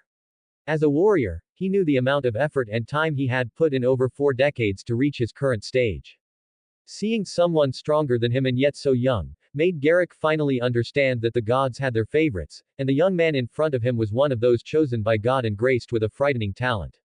Medium platinum blonde hair with slightly curly ends framed a face with beautiful, striking and sharp facial features. Especially his eyes, which were as blue as the sky and seemed to have lightning running through their pupils. The boy was dressed in a comfortable white robe typical of Myr, elegant, comfortable and luxurious.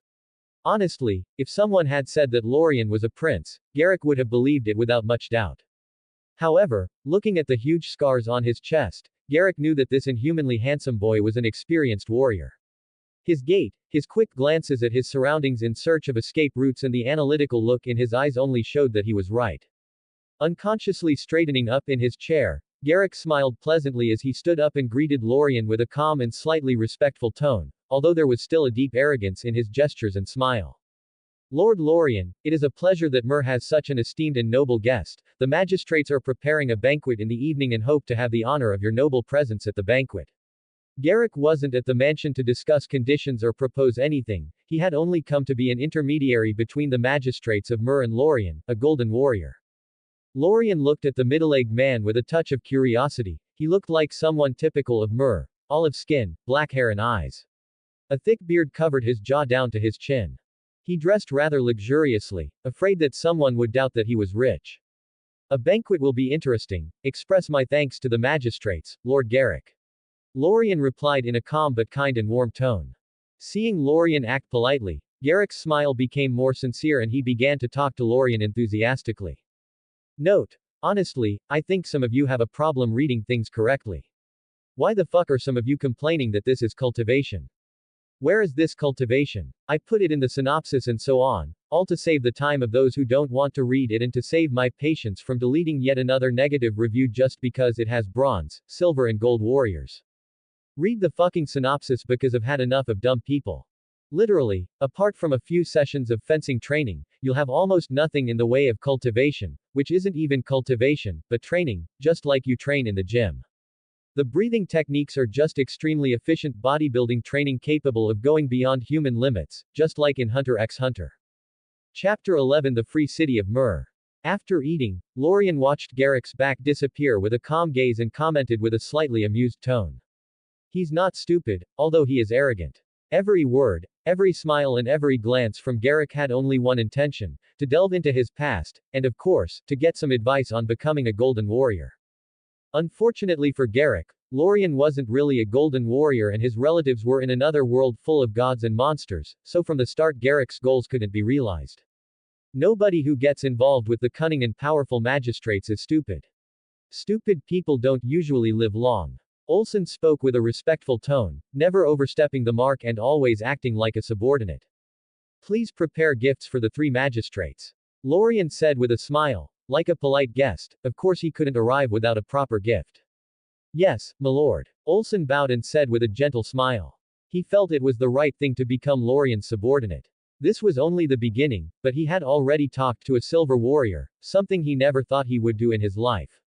At the same time, he also understood that as long as he didn't cross Lorien's tolerance line, he could do things calmly and correctly so as not to cause his master any displeasure. Olsen looked at the slaves around him and waved his hand, ordering them all to leave, leaving only him and Lorien. My lord, I have received a letter from Planetos. Olsen spoke with a deep tone, causing Lorien to raise an eyebrow, but she remained silent, waiting for his words. The magistrate of Planetos, Illyrio Mopatis, asked me to deliver a letter to Queen Rayella.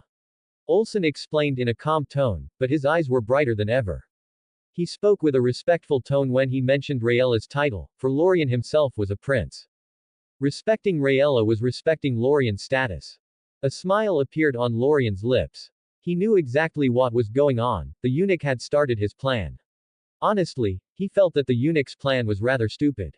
Trying to raise a king was like raising a lion, you never know when it will look at you for food. Especially in this world, where personal strength was of great importance. Aegon VII, or Young Griff as he was now called. Varys could control Aegon at the moment, but he would never control him forever. A king was a king, the most selfish, arrogant and full of himself life form on the planet. Shall I give the charter to Queen Rayella? Seeing his smile, Olsen became more cautious and asked with a slight hesitation. He could see that Lorien was very interested in this matter. Hand it over, don't hide anything from her. Lorien had no reason to stop what was about to happen. Lorien didn't believe that Rayella, who had survived on this continent for over a decade, was a fool. Yes, my lord. Olsen spoke with a respectful tone. By the way, ask Queen Rayella if she wishes to attend the banquet. Lorien looked at Olsen and said with a calm tone. He didn't mind giving House Targaryen some help right now. Yes, my lord. Olsen nodded and spoke respectfully, before leaving the hall, leaving Lorien alone with a glass of wine in his hand. Myr will only be the first. Lee and Tirosh are equally weak and could join together to form a complete kingdom. The only problem is campanilism, the sense of belonging to one's own city-state. Lorien murmured in a calm tone, his blue eyes more lucid than ever. Conquering the three free cities wasn't the biggest problem, but how to actually make the three peoples of different ethnicities come together into a cohesive society, thus increasing the sense of identity. That's the biggest problem, but also the simplest to solve. Let them feel proud that I'm their king. Show them the benefits of being my subjects. Security, money and a chance for commoners to rise through the ranks. A smile appeared on Lorien's lips. Lorien had to create a community of interests, linking the nobles and commoners to him. When these people saw that they would have a better life being his subjects, his throne would stabilize. My image must also be divinized, only a holy and noble king can be a true king. Bringing the goblet to his lips, Lorien sipped the wine with a bright gaze full of wisdom. Because of his time in the underworld, helping his uncle, he knew how to run a kingdom, even if it was a kingdom of the dead. Lorien knew exactly how to be a king, especially in this world. Let's go slowly, I don't want to rush things. Lorien muttered to himself, feeling that he was thinking too much about the future and less about the present.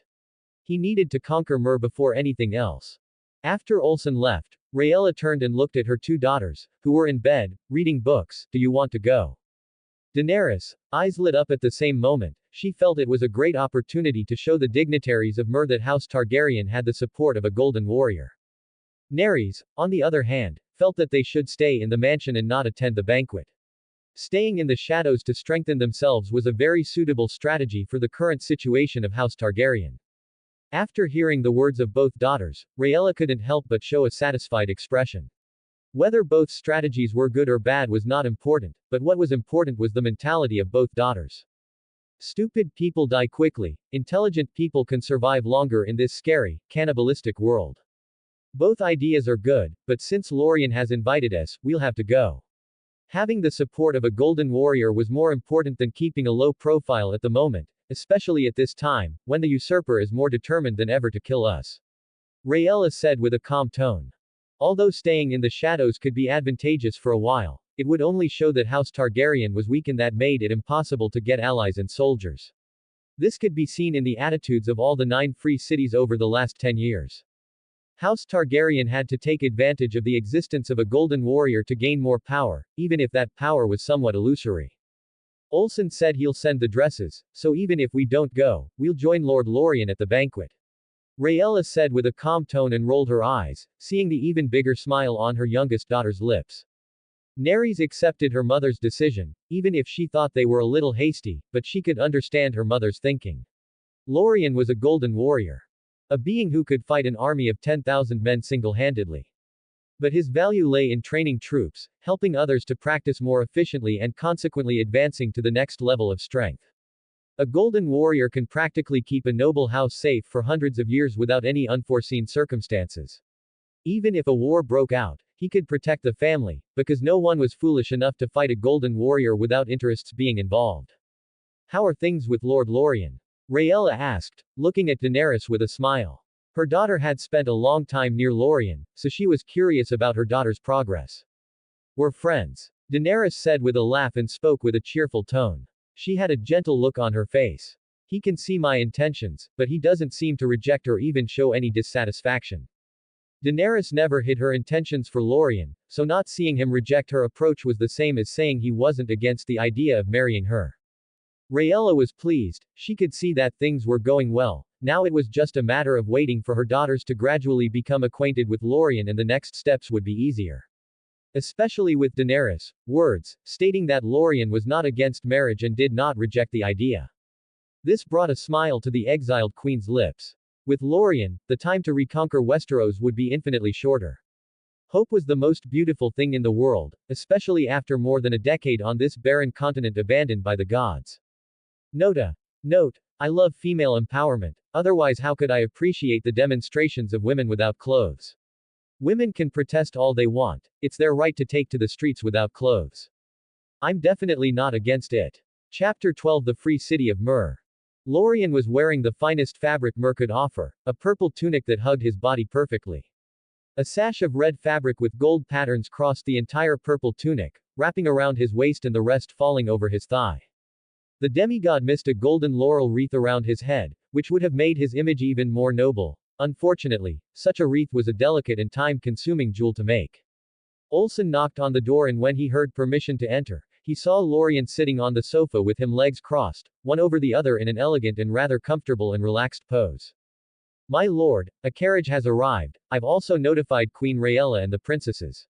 Olsen spoke with a respectful tone. As he was to accompany Lorien, he was dressed opulently, with gold bracelets and necklaces, 10 gold rings on his fingers. Everything about him screamed wealth. Thanks for your hard work, Olsen. Lorien thanked him and got up from the sofa. He put his hand on the shopkeeper's shoulder and nodded with satisfaction. Olsen was helping more than he had expected. Not only did the man know his limits, he never used his name to intimidate people. I'm just doing my job, my lord. Olsen felt pleased with himself, listening to his lord's words. At that moment, he really saw that Lorien had begun to truly accept him. At Olsen's words, the doors closed again and Rayella, accompanied by her 2 daughters, entered the room. Lorien's eyes lit up at the sight of the 3 women. All 3 looked like true queens and princesses, especially Rayella, who wore a crown of Valyrian steel over her hair that had been meticulously combed into an elegant bun. But Nerys and Daenerys also looked stupidly beautiful in their crimson-red dresses. Although they wore no jewels to further enhance their status, they were jewels themselves. My queen, the men have forgotten to breathe in the face of such beauty, be careful not to kill them. Lorien said with a touch of amusement in his voice, but the sheer admiration at seeing the 3 women was genuine. Daenerys let out a cute, proud laugh. Nerys was also smiling and Rayella was a little embarrassed. The queen herself felt comfortable wearing a dress after so long. It was like relearning to ride a bicycle afterwards. It was a bit uncomfortable at first, but then it gets much easier. The feeling is the same, Prince Lorien. Rayella commented with a smile, looking at Lorien. There was no way not to look at Lorien. He had a charm and charisma that forced all eyes to focus on him. Lorien was like the sun and everyone orbited around him. It was practically impossible to ignore his presence. This could be seen by looking at Nerys and Daenerys' expressions of admiration. Lorien was surprised to be called a prince. It was the first time he had been called a prince without the word bastard or another negative adjective accompanying the title. Yes, in Greece, he was known as Prince Bastard or Prince Halfbreed. There were other names like Prince Tyrant. Glad to hear it. Lorien said with a smile. He liked to be complimented. Unlike women, men were rarely complimented. A simple compliment could make a man's day happier, especially from such beautiful women.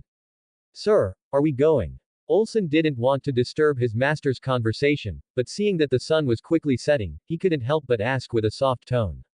Being late isn't my style. Lorien looked at the setting sun and nodded. He didn't like being late for his appointments, especially such an important one. Rayella was not against the decision and accompanied Lorien and climbed into the carriage with her daughters. At the same moment, the coachman hit the horses with the reins and the carriage began to move quickly through the streets of Myr. Olsen, is there anything interesting I should know about the 3 magistrates of Myr? Lorien asked with a touch of curiosity, looking at the huge white mansion in the center of Myr, which was getting closer and closer. Caliros Vorin, Durano Toles, Joran Vihasel, those are the 3 magistrates of Myr.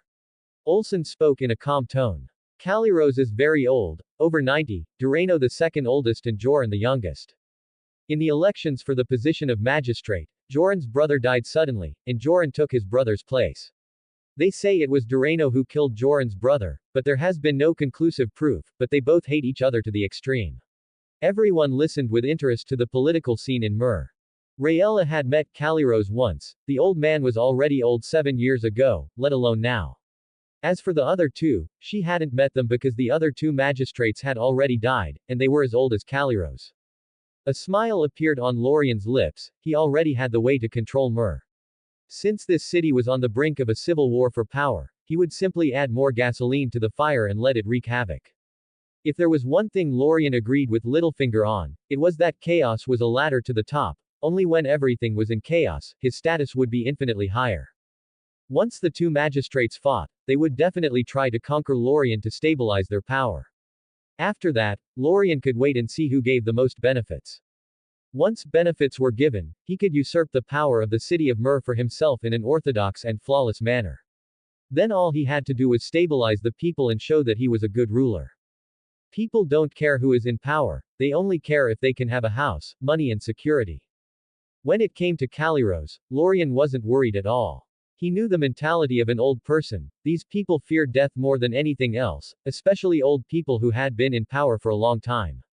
The closer they got to death, the more afraid of death they would be. That kind of old man would be wary of everything, afraid of offending those who shouldn't be offended. So, of all three magistrates, Lorien didn't care for Caliros, as he would be the easiest to manipulate. Suddenly, Lorien felt someone poking his cheek and he looked over to find a pair of lilac eyes staring at him with an amused look. You look like a villain smiling. Daenerys commented with a smile. Lorien pretended to cough and changed his expression. He felt he should control his own expressions more precisely. To have his nefarious plans revealed so easily was rather shameful. Daenerys looked at Lorien and narrowed her eyes. She remembered Lorien's cold and ambitious expression before. Even though he looked like a villain plotting in the shadows, she had to admit, she found him incredibly attractive. While the heroic Lorien was handsome, elegant and noble, the villainous Lorien seemed equally handsome, charming and powerful. She liked seeing another side of Lorien. This feeling of discovering more about the person she was liking was very nice. Seeing her daughter staring at Lorien as if she was going to devour him, Rhaella had to pretend to cough, trying to get her daughter's attention, which she did, as Daenerys regained her calm expression and smiled elegantly. Nerys looked at all this with a smile. She looked at Lorien with her purple eyes full of amusement. At the same time, she re-evaluated Lorien in her mind. Not only was he an experienced warrior, but it seemed from his expression that he was also a politician. She was more familiar with politics than Daenerys, so she saw that Lorien was up to something very big for the city of Myr. As for what it was, she had no doubt that he wanted to conquer the city for himself. However, this only made her look at Lorien with a brighter eye. An ambitious man was more attractive than anything else, especially to an exiled princess like Nerys. In her eyes, if Lorien didn't have ambition, then her marriage to him wouldn't have made sense in the first place, as she needed a husband to conquer the continent of Westeros. Lorien didn't know about Daenerys' thoughts. Rhaella and Daenerys, his eyes watched the sky, where Seastorm could be seen flying in the sky, the white and gold feathers especially beautiful under the moonlight. The storm spirit is ready to turn any human into a French fry with a bolt from the blue. Read the advanced chapters on my Patreon. Gots. Read my other books. Game of Thrones, The God Emperor of Planetos, 500,000 words written. Percy Jackson. Godwin the Golden. Game of Thrones, Son of Zeus.